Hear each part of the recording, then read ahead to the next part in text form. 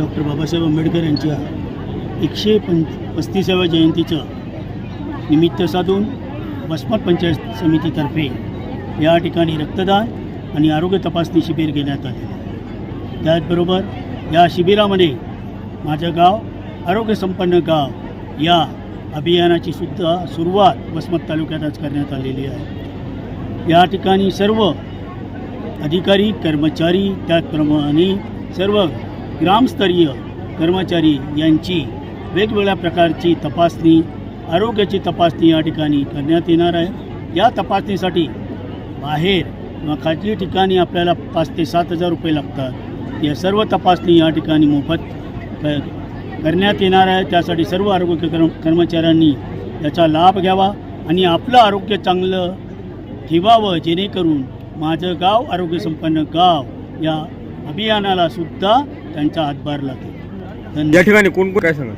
यामध्ये वेगवेगळ्या तपासणीचे स्टॉल आहे, त्यामध्ये आयुषचा स्टॉल आहे, त्याचप्रमाणे रक्त तपासणी आहे, हृदय तपासणी आहे।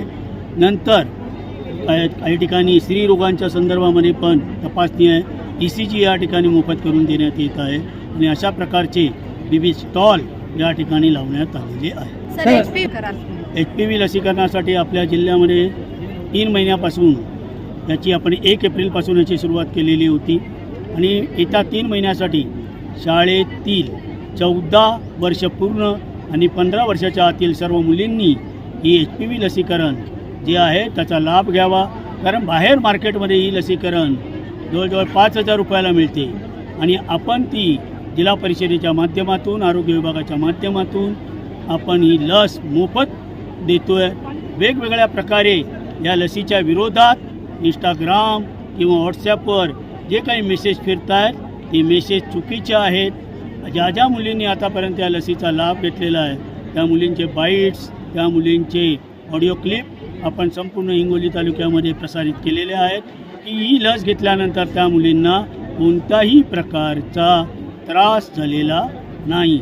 म्हणून माझ्या सर्व पालकांना विनंती आहे की भविष्यात जो काही कर्करोगासारखा दुर्धर आजार आपल्या मुलींना होऊ नये म्हणून या लसीचा जास्तीत जास्त लाभ आपल्या पाल्यांना घेण्यास उद्युक्त करावे आणि पालकांनीसुद्धा या आपल्या पाल्यांना मुलींना घेऊन जवळच्या PSCमध्ये जावे।